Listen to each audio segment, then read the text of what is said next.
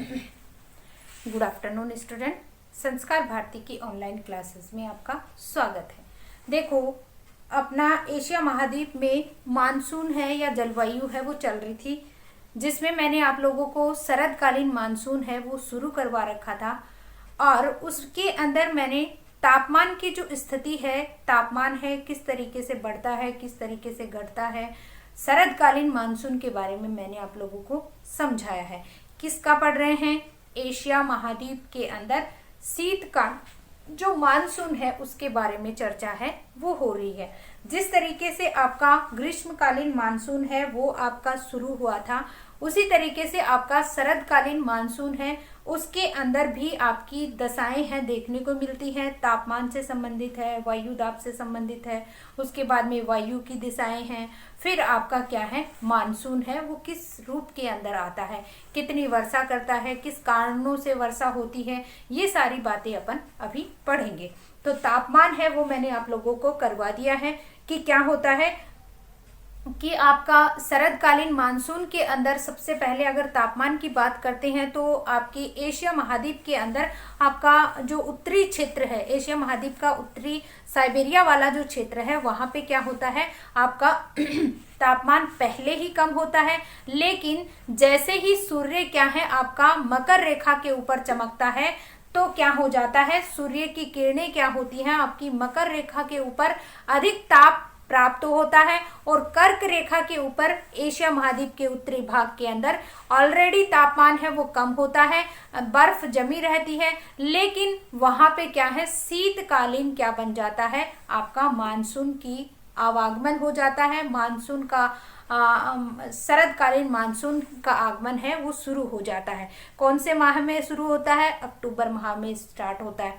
जैसे जैसे आपके शीत ऋतु है, शरदकालीन मानसून शुरू होता है तो अक्टूबर से शुरू होता है, और जैसे जैसे आपकी अक्टूबर से सितंबर है, सितंबर, अक्टूबर, नवंबर, दिसंबर, ये जो आपके माह चलते जाते हैं वैसे वैसे क्या होता है आपके एशिया महाद्वीप के उत्तरी भाग के अंदर क्या हो जाता है तापमान है वो कम होता चला जाता है। रीजन क्या है? सूर्य की किरणों का तिरछापन या सूर्य का जो ताप है वो कम प्राप्त होता है।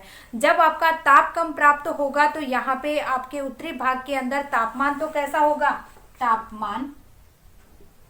तापमान न्यून होगा।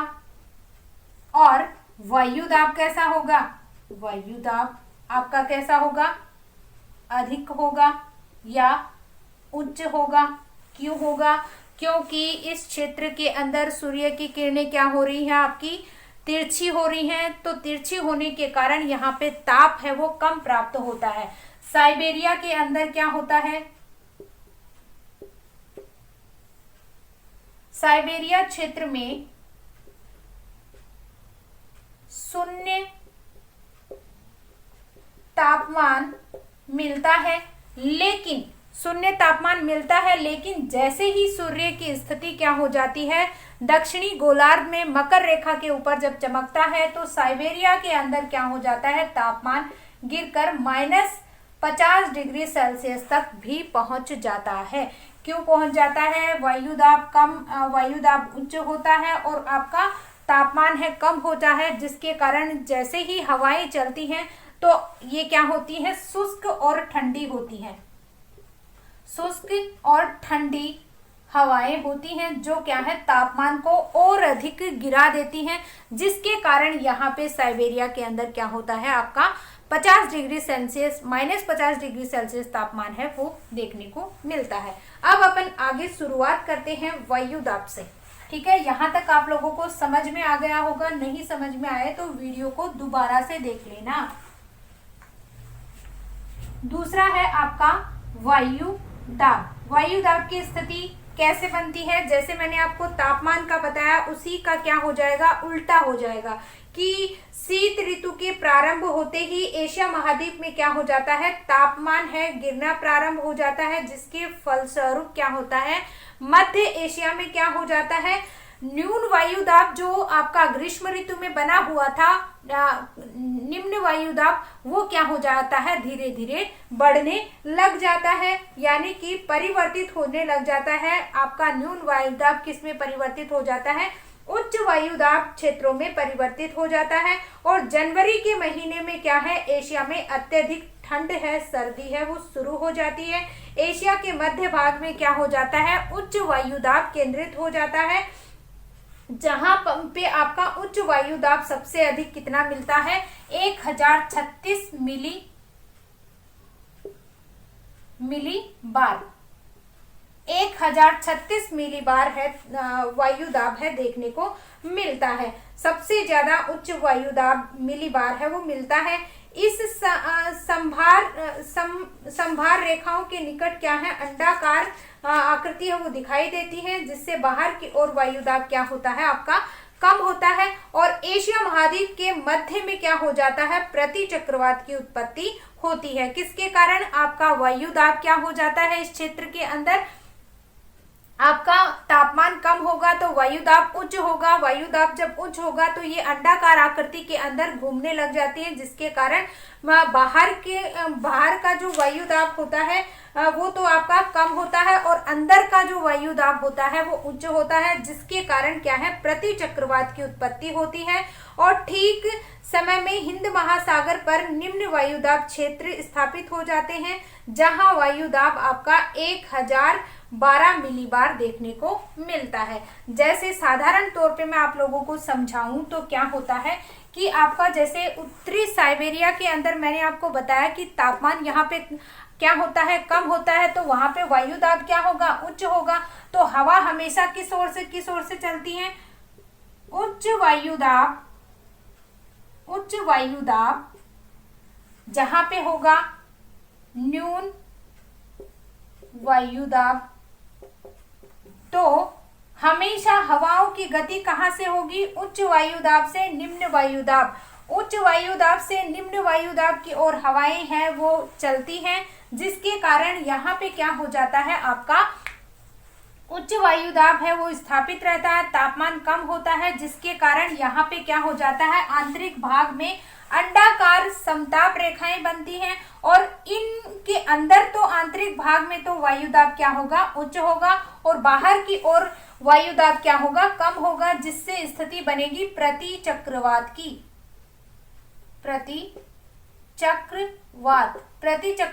स्थिति है वो स्थापित हो जाती है।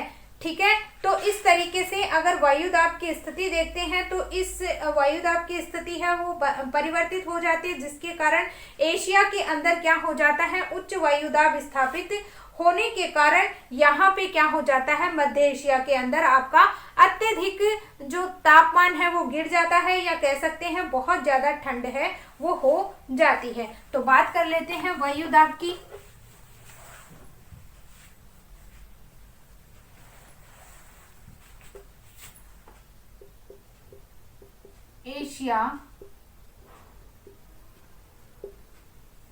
एशिया महाद्वीप में शीत ऋतु प्रारंभ होते ही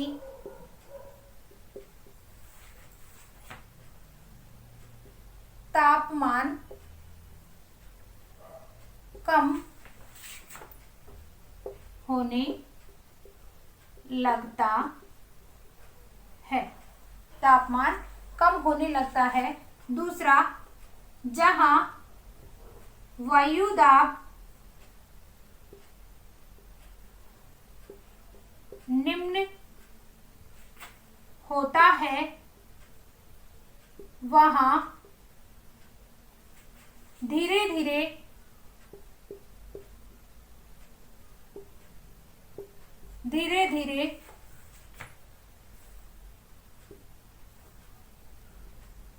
उच्च वायुदाब में परिवर्तित होने लगता है,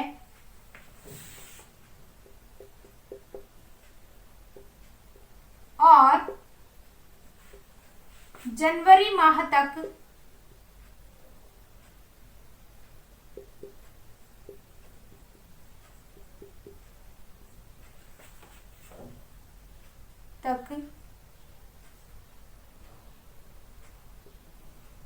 बहुत ज्यादा ठंड हो जाती है, बहुत ज्यादा ठंड है वो हो जाती है। एशिया का मध्य भाग, एशिया का मध्य भाग उच्च वायुदाब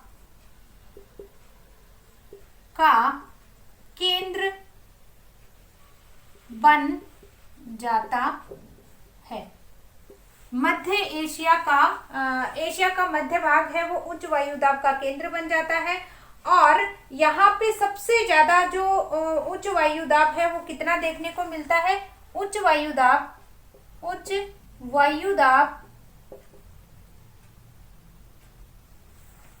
1036 मिलीबार होता है, जिससे क्या है, इसकी समभार रेखाओं की बनावट, इसकी समभार रेखाओं की बनावट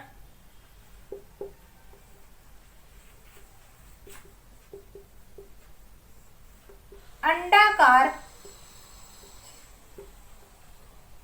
हो जाती हैं, अंडाकार हो जाती हैं, समभार रेखाएं अंडाकार हो जाती हैं, जिसके बाहर से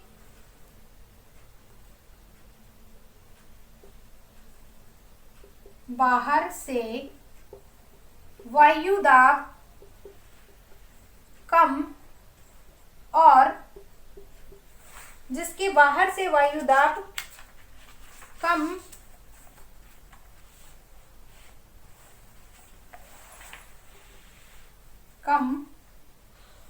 हो जाता है और प्रति चक्रवात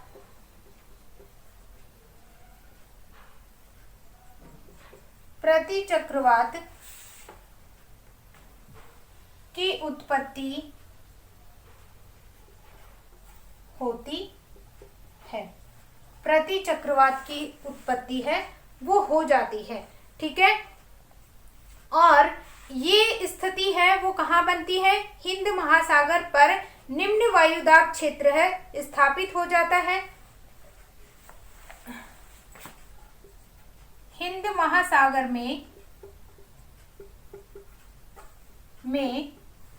निम्न वायुदाब स्थापित हो जाता है। देखो अब मैं आपको साधारण रूप में समझाती हूँ इसको। यानी कि उत्तरी भाग में उच्च वायुदाब था। क्यों? क्योंकि यहाँ पे वायुदाब सूर्य की किरणें सीधी नहीं पड़ती हैं, तिरछी पड़ती हैं, जिसके कारण तापमान कम हो जाता है, वायुदाब उच्च हो जाता है। वायुदाब जब उच्च होगा तो हवा किस ओर से किस ओर चलेगी? उच्च वायुदाब से निम्न वायुदाब की ओर चलेगी। उच्च वायुदाब कहाँ पे है? आर्कटिक क्षेत्र, हिंद महासागर, साइबेरिया वाले क्षेत्र के अंदर। और जैसे जैसे उच्च वायुदाब से निम्न वायुदाब कहाँ पे स्थापित है? आपका हिंद महासागर में। क्यों? क्योंकि यहाँ पे क्या है? आपका सूर्य की किरणें हैं, यहाँ पे क्या है? तिरछी ना होकर यहाँ पे सीधी भी नहीं है, लेकिन यहाँ पे क्या है? भूमध्य रेखा के आसपास क्या होता है? आपका सूर्य का जो ताप है वो अधिक प्राप्त होता है, जिसके कारण यहाँ पे 27 डिग्री सेल्सियस तापमान है वो देखने को मिलता है, जो आपके प्रायद्वीपीय क्षेत्र के अंदर द्वीप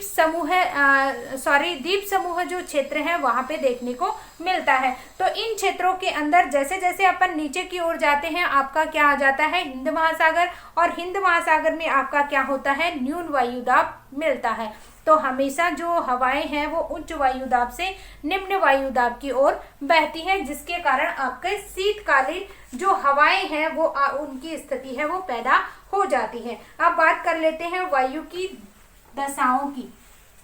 वायु की दशाएं।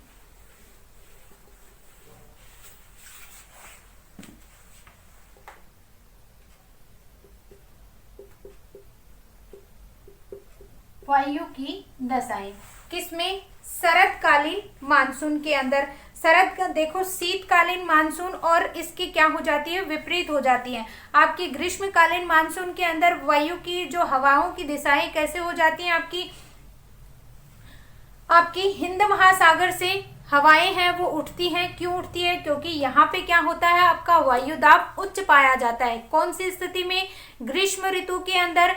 और इसी के साथ साथ आपका ग्रीष्म ऋतु में जब हवाएं चलती हैं तो किस ओर से किस ओर चलेंगी? हिंद महासागर में आपका उच्च वायुदाब था और मध्य एशिया के अंदर आपका क्या था, निम्न वायुदाब। और अरब वाले क्षेत्र में, भारत और पाकिस्तान वाले क्षेत्र के अंदर निम्न वायुदाब था, जिसके कारण हवाएं हैं वो क्या हो जाती हैं, गर्म हो जाती हैं और वो ऊपर उठती हैं तापमान के अधिकता के कारण। लेकिन यहाँ पे क्या हो जाता है, स्थिति उल्टी हो जाती है। यानी कि इस क्षेत्र के अंदर शीत ऋतु के अंदर हवाएं किस ओर से किस ओर चल रही हैं, आपकी उत्तरी भाग से दक्षिणी भाग आपका हिंद महासागर की ओर चलती हैं। तो कौन सी हवाओं की दिशा है वो किस ओर से किस ओर हो जाएगी? शीत ऋतु में आपका क्या होता है, सबसे पहले तो ये देखो कि कठोर सर्दी और निम्न तापमान होने के कारण आपके मध्य एशिया में मंगोलिया के पास गोबी के मरुस्थल के ऊपरी ठंडी भाग उच्च वायुदाब की हवाएं हैं वो क्या होती हैं, केंद्रित रहती है, जिसके फलस्वरूप उच्च वायुदाब से समुद्री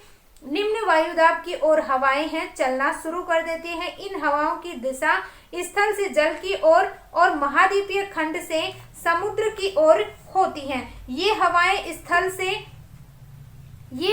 स्थल से चलती हैं और अत्यधिक ठंडी होती हैं। इन हवाओं में नमी की शुष्कता होती है और अत्यधिक ठंडी और शुष्क होने के कारण जहां से प्रवेश करती हैं तापमान को गिराती हुई चलती हैं और उन भागों में बर्फ जमा देती हैं। मध्यवर्ती उच्च पर्वतीय भागों में ये हवाएं पार नहीं कर पाती, इसलिए भारत पाकिस्तान में तापमान इतने नहीं गिर पाते हैं जितने चीन में गिरते हैं। और सामान्यतः शरदकालीन मानसून हवाएं दो दिशाओं से चलती हैं, एक आपका उत्तरी पश्चिमी मानसून और दूसरा आपका उत्तरी पूर्वी मानसून के नाम से इसे पुकारा जाता है। यानी कि अगर बात करते हैं वायु की दिशा की दशाएं,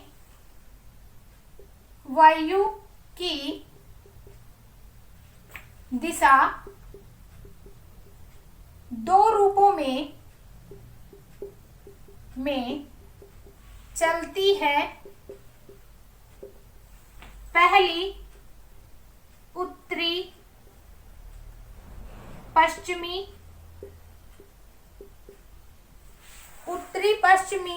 और दूसरी उत्तरी पश्चिमी मानसून और दूसरी है उत्तरी पूर्वी मानसून। उत्तरी पश्चिमी मानसून और उत्तरी पूर्वी मानसून, इसमें होता क्या है, देखो जैसे ही ये हवाएं क्या है आपकी मैंने आपको बताया तापमान और वायुदाब के अंदर अंतर, तो तापमान कम होने की वजह से क्या होता है, यहाँ पे ठंड होती है। कौन से भागों में? एशिया के मध्यवर्ती भाग के अंदर, या कह सकते हैं कि एशिया का उत्तरी भाग मध्य भाग के अंदर ठंडा होता है। जैसे ही है यहाँ पे क्या होता है, शीत ऋतु होती है, तो जैसे ही हवा जब चलती है एशिया के मध्य भाग में, या कह सकते हैं आपके मंगोलिया, गोबी का मरुस्थल, इन क्षेत्रों से होती हुई जब क्या है उच्च वायुदाब वाली हवाएं क्या होती हैं, जब ऊपर से क्या है आपकी चलती हैं, तो ये क्या करती हैं, जैसे जैसे जिन क्षेत्रों में से होकर गुजरती हैं, एक तो क्या होती है ये शुष्क और ठंडी होती है, जिसके कारण ये जिन जिन क्षेत्रों से होकर गुजरती है वहां के तापमान को गिराती हुई चलती रहती है और वहां पे क्या करती है, बर्फ को उस आसपास के एरिया के अंदर बर्फ है वो जमा देती हैं और अत्यधिक ठंडी होने के कारण ये स्थिति है वो पैदा होती है। तो बात करते हैं वायु की दिशा की। शीत ऋतु में जब हवाएं मध्य एशिया व गोबी के मरुस्थलीय भाग से गुजरती है तो तापमान को गिराती हुई आगे बढ़ती है, जिससे बढ़ती है क्योंकि इन हवाओं में शुष्कता, क्योंकि ये हवाएं ठंडी व शुष्क होती हैं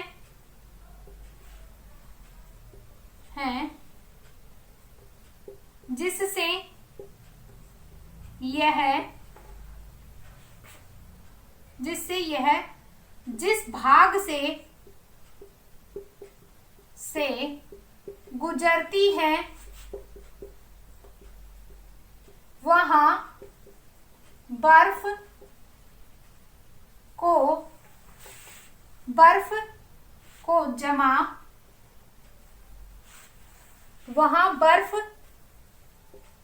जमा देती हैं, क्योंकि ये हवाएं स्थल भाग से समुद्री भाग की ओर चलती हैं। इसका स्क्रीनशॉट ले लीजिए पहले।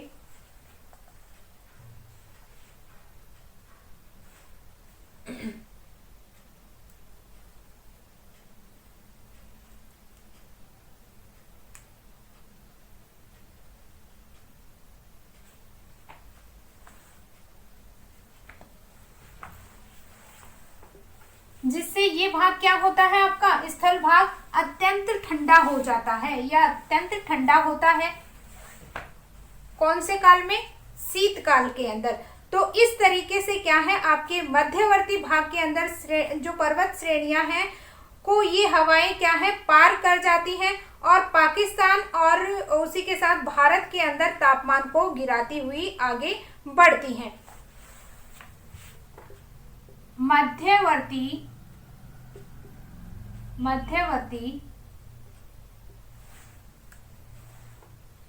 भाग में पर्वतीय श्रेणियां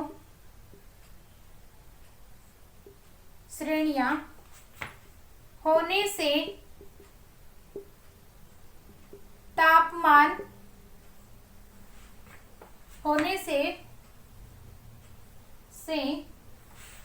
पर्वत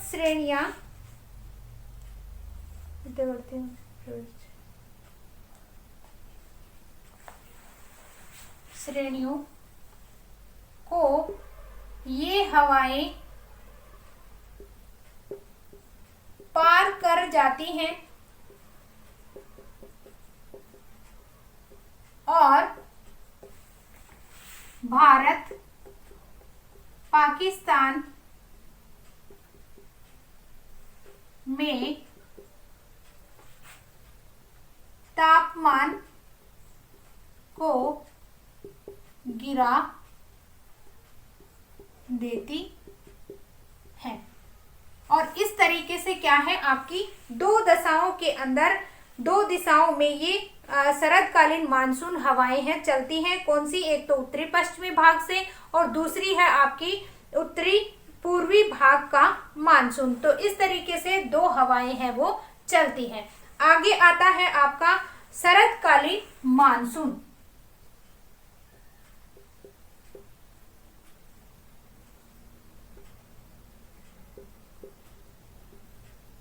देखो, शरदकालीन मानसून की अगर अपन चर्चा करते हैं तो शीत ऋतु के अंदर वायु क्या होती है आपकी इस क्षेत्र के अंदर ठंडी होती है, या आपके उत्तरी भाग से या कह सकते हैं आपके स्थल भाग से जल भाग की ओर चलती है, जिसके कारण ये हवाएं क्या हो जाती हैं आपकी ठंडी और शुष्क होती है। और इन हवाओं के कारण आपकी वर्षा की संभावना है वो क्या हो जाती है, बहुत कम हो जाती है। क्यों होती है? क्योंकि ये ठंडी और शुष्क होती है और जिन जिन क्षेत्रों से ये चलती है उस वहां के तापमान को ये गिराती हुई चलती हैं। तो एशिया के अधिकांश भाग क्या हो जाते हैं आपके सूखे रह जाते हैं किस ऋतु के अंदर? शरद ऋतु के अंदर, क्योंकि वो तापमान को क्या है, ये जो हवाएं चलती हैं वो क्या है, पहला तो यहाँ पे क्या होता है, तापमान पहले ऑलरेडी कम होता है। एक ये उत्तरी भाग से जब हवाएं चलती हैं तो ये क्या होती है, ठंडी और शुष्क होती हैं, जिसके कारण आपका जो एशिया का भाग है वहां पे क्या है आपकी जो वर्षा है वो क्या है, न के बराबर होती है। और एशिया का अधिकांश भाग है वो क्या रह जाता है, सूखा रह जाता है। इस ऋतु में एशिया महाद्वीप में बहुत कम वर्षा होती है। ये शुष्क हवाएं समुद्र को पार करके कुछ नमी ग्रहण करती हैं, और जब ये नमी ग्रहण करती हैं तो पुनः स्थल मंडल में प्रवेश करती हैं, जो समुद्री तटीय भागों में वर्षा कर देती हैं।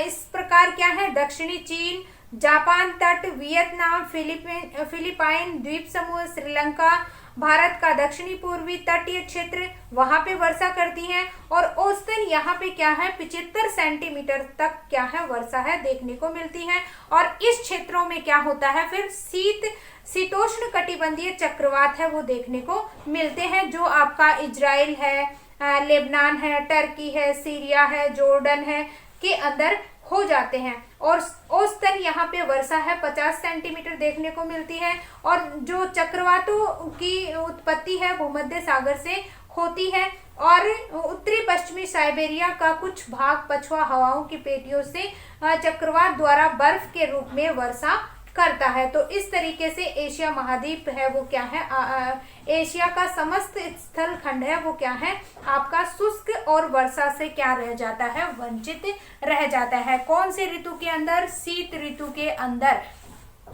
कि जैसे ही आपका मानसून की अगर बात करते हैं तो मानसून का क्या होता है, यहाँ पे ठंडी और क्या होती है जो हवाएं हैं वो किस ओर से किस ओर चलती हैं, स्थल भाग से समुद्री भाग की ओर चलती हैं, समुद्री भाग की ओर चलती हैं, जिससे एशिया का अधिकांश भाग शुष्क रहता है। और जैसे ही ये हवाएं समुद्री भाग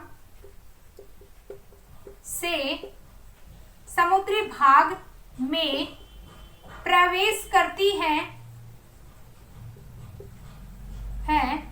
तो वहां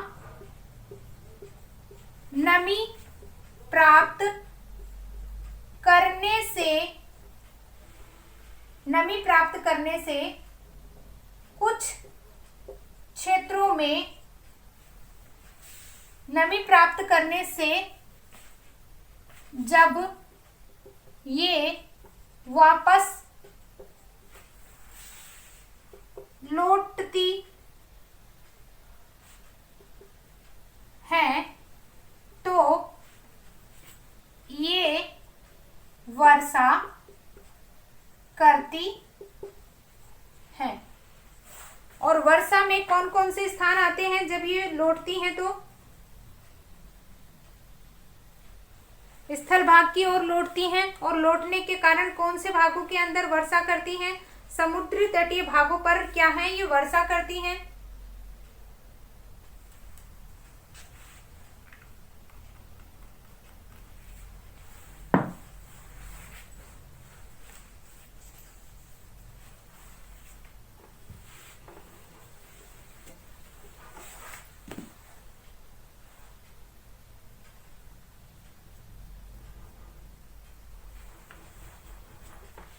जब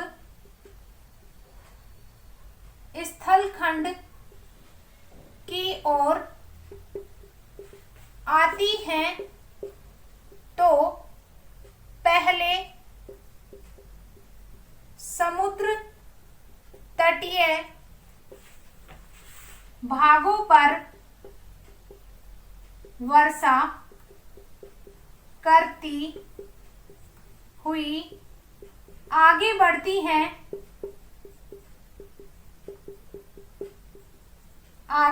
हैं और दक्षिणी चीन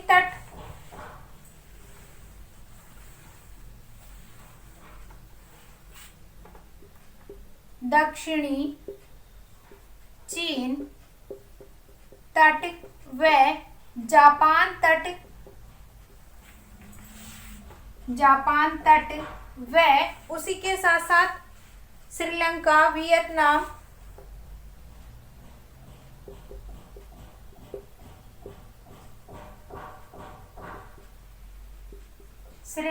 वियतनाम,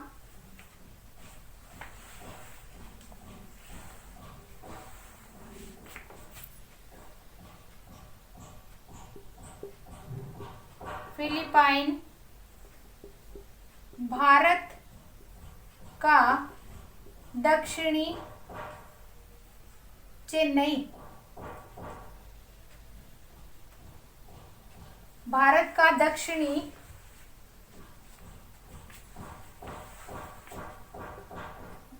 भाग में कुछ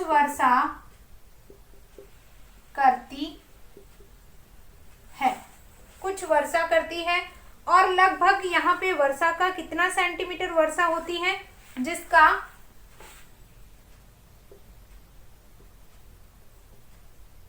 औसत वर्षा 75 सेंटीमीटर होती है।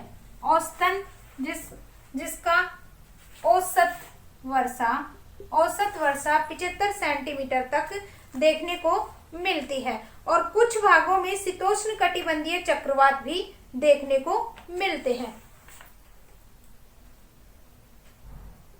शीतोष्ण कटिबंधीय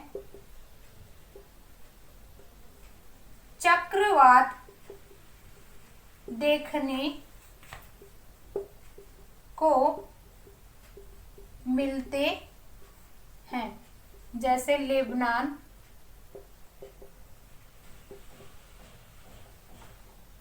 सीरिया,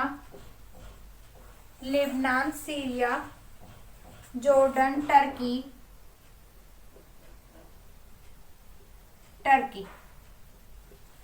ठीक है। उसके बाद अगर बात करते हैं तो जिसका औसतन लगभग 50 सेंटीमीटर होता है और चक्रवात की उत्पत्ति है भूमध्य सागर में मिलती है। चक्रवात की उत्पत्ति भूमध्य सागर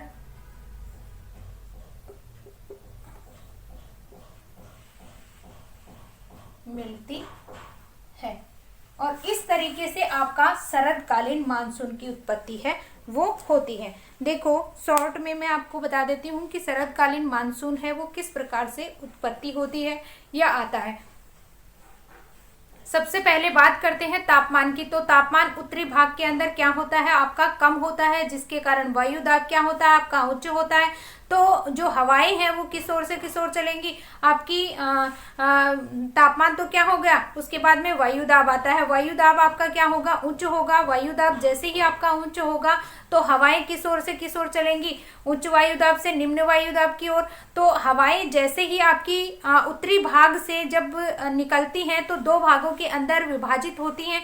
एक तो आपका दक्षिणी उत्तरी पश्चिमी भाग, एक उत्तरी पूर्वी भाग का मानसून। दो मानसून है इसके अंदर उत्पत्ति होती है और जैसे जैसे ये आगे की ओर बढ़ती है इनके अंदर क्या होता है, स्थल भाग से आपकी क्या है, जैसे ही हवाएं स्थल भाग से जलीय भाग की ओर चलती हैं तो इनके अंदर क्या होती है, शुष्कता। एक तो क्या होती है, शुष्कता होती है, दूसरी ये ठंडी होती है क्योंकि ठंडे इलाकों से चलती है। तापमान वहां से क्या होता है, कम होता है, जिसके कारण ये क्या हो जाती है, शुष्क और ठंडी होती है, जिसके कारण जैसे जिन जिन क्षेत्रों से होकर गुजरती हैं ये क्या होती है, वहां के तापमान को क्या करती है, गिरा देती है, और आसपास के एरिया के अंदर क्या करती है, ये वर्षा तापमान को गिरा देती है। तो वहां पे क्या है, बर्फ है वो जम जाती है, जिसके कारण और जैसे जैसे ये नीचे की ओर हिंद महासागर के आसपास तटीय क्षेत्रों के अंदर जब आती है, प्रवेश करती है, तो यहाँ पे क्या है, कुछ नमी को प्राप्त करती है दक्षिण हिंद महासागरीय वाले क्षेत्र के अंदर। जैसे ये हिंद महासागर से नमी को प्राप्त करती है तो तटीय क्षेत्र के अंदर क्या कर देती है, ये वर्षा कर देती है। और वर्षा है कौन कौन से क्षेत्रों के अंदर होती है, जैसे आपका भारत का दक्षिणी भाग है, उसी के साथ साथ फिलीपाइन द्वीप समूह है, चीन का दक्षिणी भाग है, जापान का तटीय क्षेत्र है, यहाँ पे क्या कर देती है, ये वर्षा कर देती है। और जैसे जैसे ये स्थल भाग की ओर बढ़ती है, इसके अंदर क्या हो जाती है, नमी की वापस से जैसे जैसे आपका शीत ऋतु है वो क्या हो जाता है, आपका इस क्षेत्र के अंदर शीतोष्ण कटिबंधीय चक्रवात की उत्पत्ति होती है। और उत्पत्ति आपके कौन से भाग में होती है, भूमध्य सागर के अंदर इसकी उत्पत्ति होती है। तो इस तरीके से आपका एशिया महाद्वीप का क्या है, शीतकालीन मानसून की समाप्ति है वो हो चुकी है। तो आज का लेसन है ये आज यही कंप्लीट करते हैं, आगे कल चर्चा करेंगे। आज के लिए बस इतना ही, धन्यवाद।